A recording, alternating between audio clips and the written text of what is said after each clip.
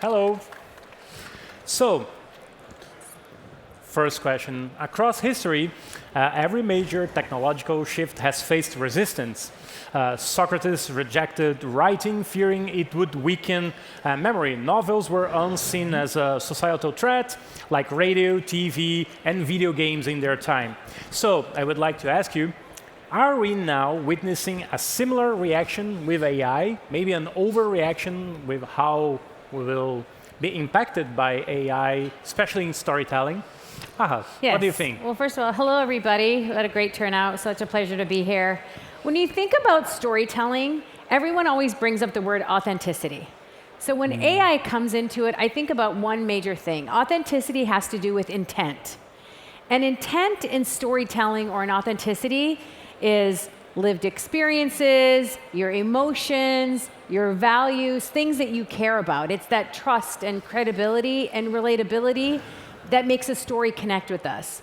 So when I think about AI and storytelling, I think about how can we use AI to understand our audiences better, but the stories are what's going to connect us, and it's what's going to shape the perception. So I really believe that, shaped perceptions comes from good storytelling that an algorithm or AI could never replace. Tom, what their thought on that? Yeah, I think you're right. Look, if you take, let's look at the printing press, let's look at electricity, let's look at the internet itself.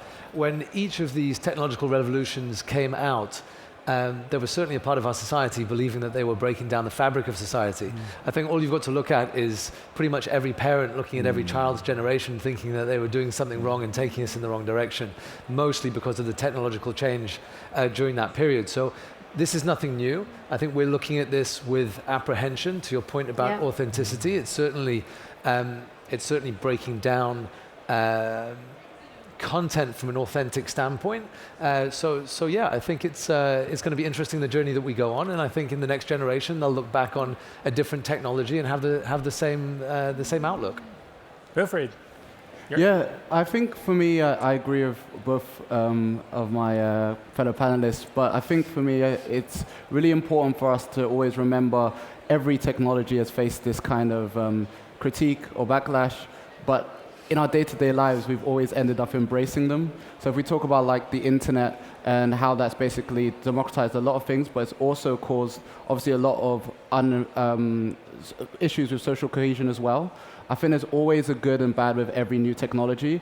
I do think we do need to always remember and also take that into account. How exactly are we going to balance the pros and cons of new technology?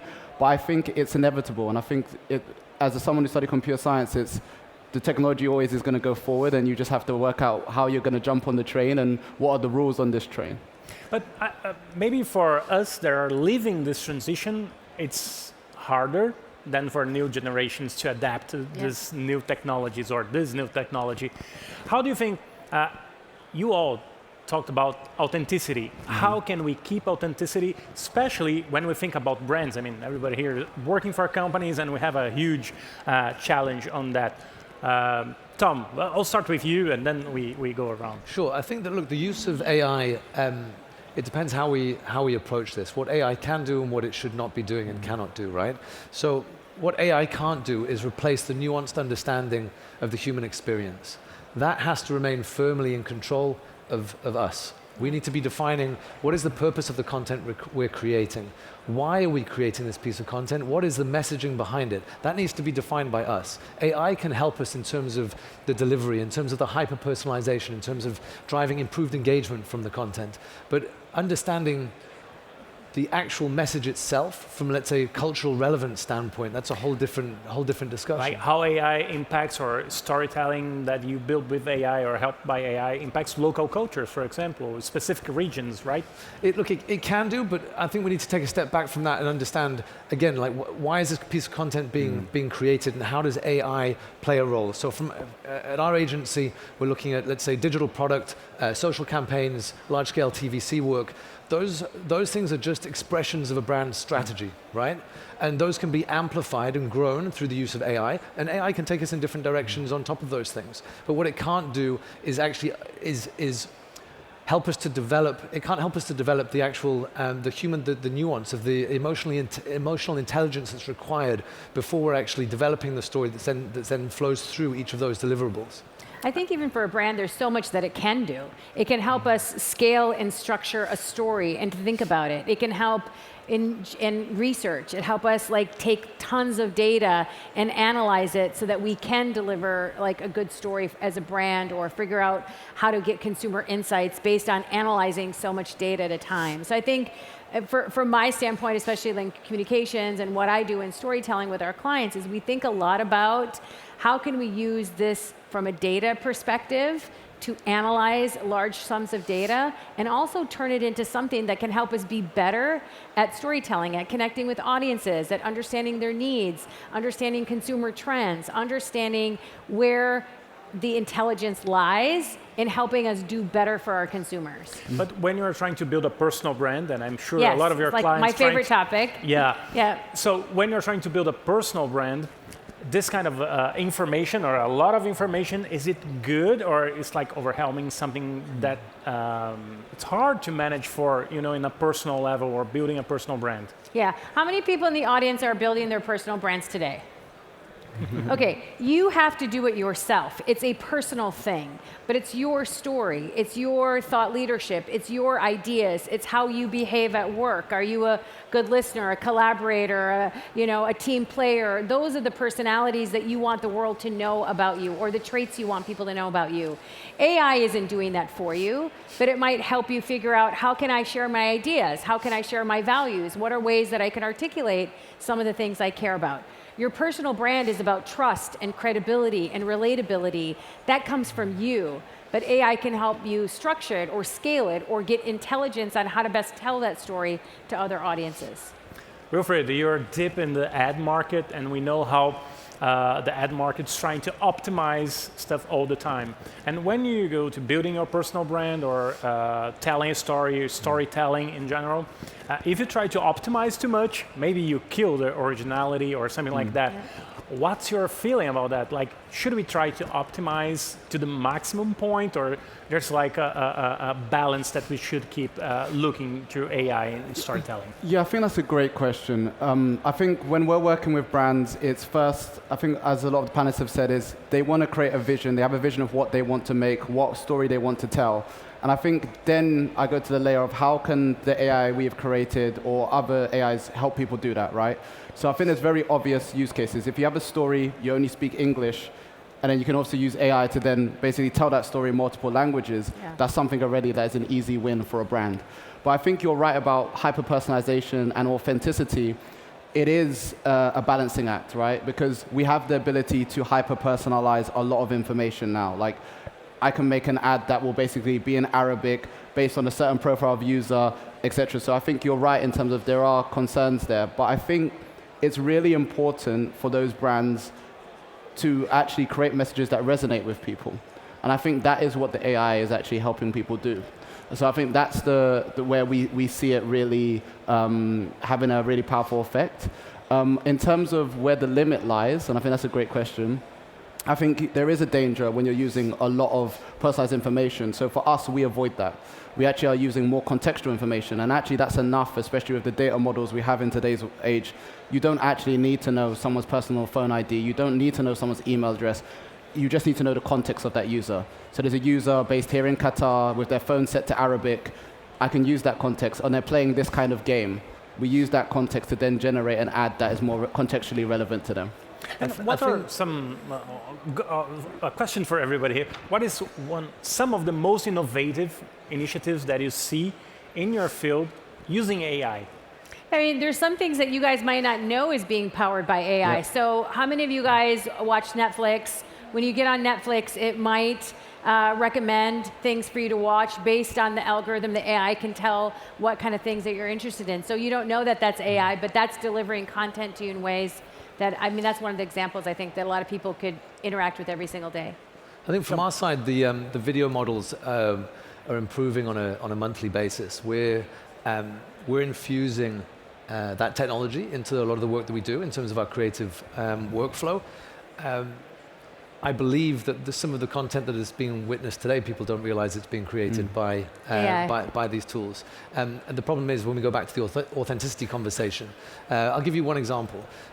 We're creating content with HeyGen. Does everyone know what HeyGen is as an idea? So essentially, you film a piece of content, you can talk directly to camera with HeyGen, you essentially upload your likeness in a hyper-realistic manner, and then you can just voice prompt the tool to talk as you and for you. So when you talk about building a personal brand, for example, we're working with a very influential person in Dubai.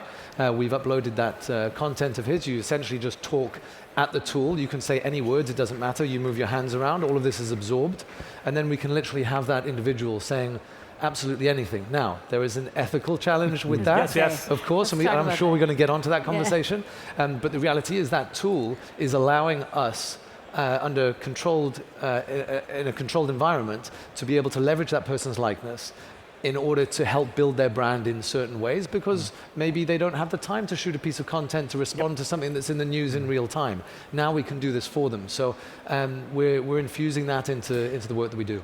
But also for a personality or a CEO that is using AI to produce their videos, there's a risk that you talked about ethics, but a lot of people can fake content nowadays, and it's I imagine the size of the challenge. Is it possible to address this kind of risk? It has to be. But we don't. It doesn't matter if you're doing it or not. Someone can do. Yeah, right? We have to figure that out, right? We absolutely do, because in the rise of deepfakes, and we've all seen enough deepfakes online at this point, the reality is we have to find a way of controlling that. Otherwise, much of the content that we see, we just don't know if it's authentic or if it's not. Is it from the individual? Is it not? So these are challenges that the industry faces, and it's something that I don't believe has been addressed yet. But there are some very intelligent people figuring that out. We have to find a solution for it, because otherwise, it's going to continually break down trust in news outlets, in pretty much every piece of content that people see. So it's something that we will address. Wilfred, anything very innovative or different that there's a lot of stuff, but something that particularly brings... I think three things. I think I've seen a lot of interesting campaigns where people have scaled and brands have showed messages across the world in different languages with different video content using AI. And I think that's really interesting in terms of setting a message. Like if you take a country like India where multiple languages are spoken and you're able to create content in like literally 10, 15 languages, that is really interesting. And that is actually something that I think will allow a lot of brands to scale and personalize a message, and even individuals to personalize a message and also have more viral moments if you're an influencer. I think the second thing I've seen, and I think it really is quite interesting, is stuff with like Opus Clip, and I'm sure people in the audience might have seen that. If you've not used it, you've definitely seen the content online. It basically helps influencers and I guess content creators find viral moments in their videos and then automatically upload those. And I think that's actually quite interesting. I actually tried it out, and I could actually say it does a really good job of finding what humans believe is viral. So I think those are some of the technologies I've been experimenting and looking at, which are super interesting.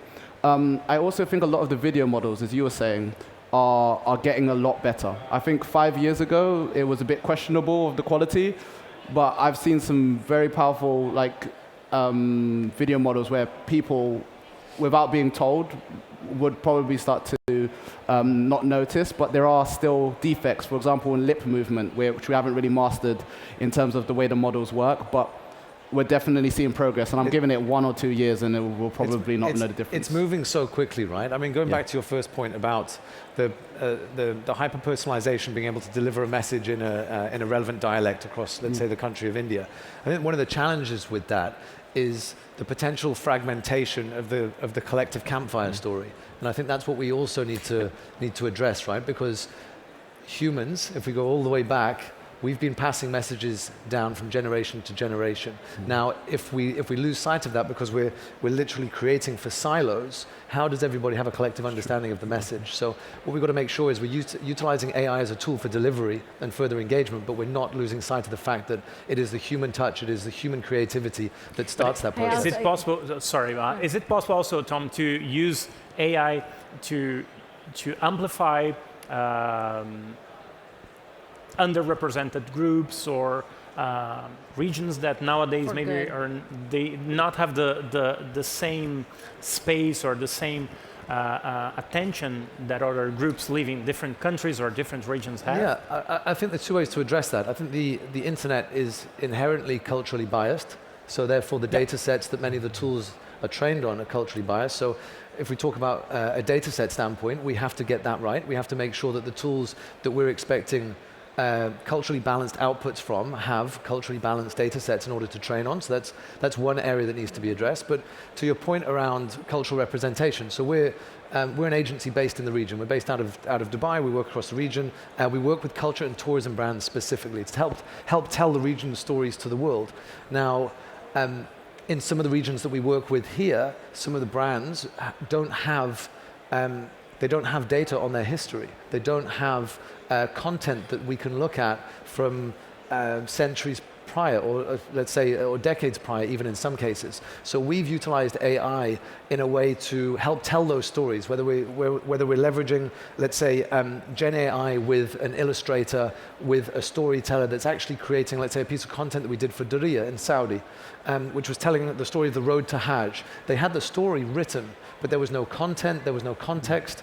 So we worked with the local storytellers to help turn that into film content that they didn't have a budget for to go and shoot a Hollywood-style video, but we were able to create something utilizing Gen AI to tell a story that might not have been told otherwise. So I think this is where we can start to utilize some of those tools in order to tell stories. Maha, I know you love the subject. I mean, I like that because I feel like if AI can help level the playing field to help people get an opportunity, to your point, that don't have a voice or can't scale the way others do. But I think a lot about with the models of the videos, ethics in AI and like bias and fairness and transparency, and are we disclosing that this is an AI generated piece of content? I feel like we need to be able to know that as a consumer. I want to know, is that real or not real, because I won't trust it if I feel it's fabricated in some way, form. I know that there are AI influencers that they're just generated but not based on humans, that you couldn't tell the difference. But if it was me making a video that was like, I think I would question the authenticity, not just of that, but just like I wouldn't be able to trust it. So I feel like a lot of people in the room might feel the same way. Like, we want to know, is it AI generated or is that real? And I feel like there's some rules to be written about that. Wilfred. Yeah, I think it's a really interesting topic, AI and ethics, and it goes back to my first answer, where we do have to be honest and we do have to be balanced. And I think this is where stuff like digital watermarking is going to be very important, so that people should realize that this content was generated with AI, whether that's images, whether that's audio, whether that's text. And I think it also means that checks and balances need to be made with the brands, where the brands actually have some messaging, whether it's before or after. And this is what we've been working with a lot of our brands, to make sure it's clear that anything generated with AI has been labeled. Thank you so much. Thank you all. Appreciate you. Thank you all for Thanks, coming everybody. here. Thank you for coming. Thank you.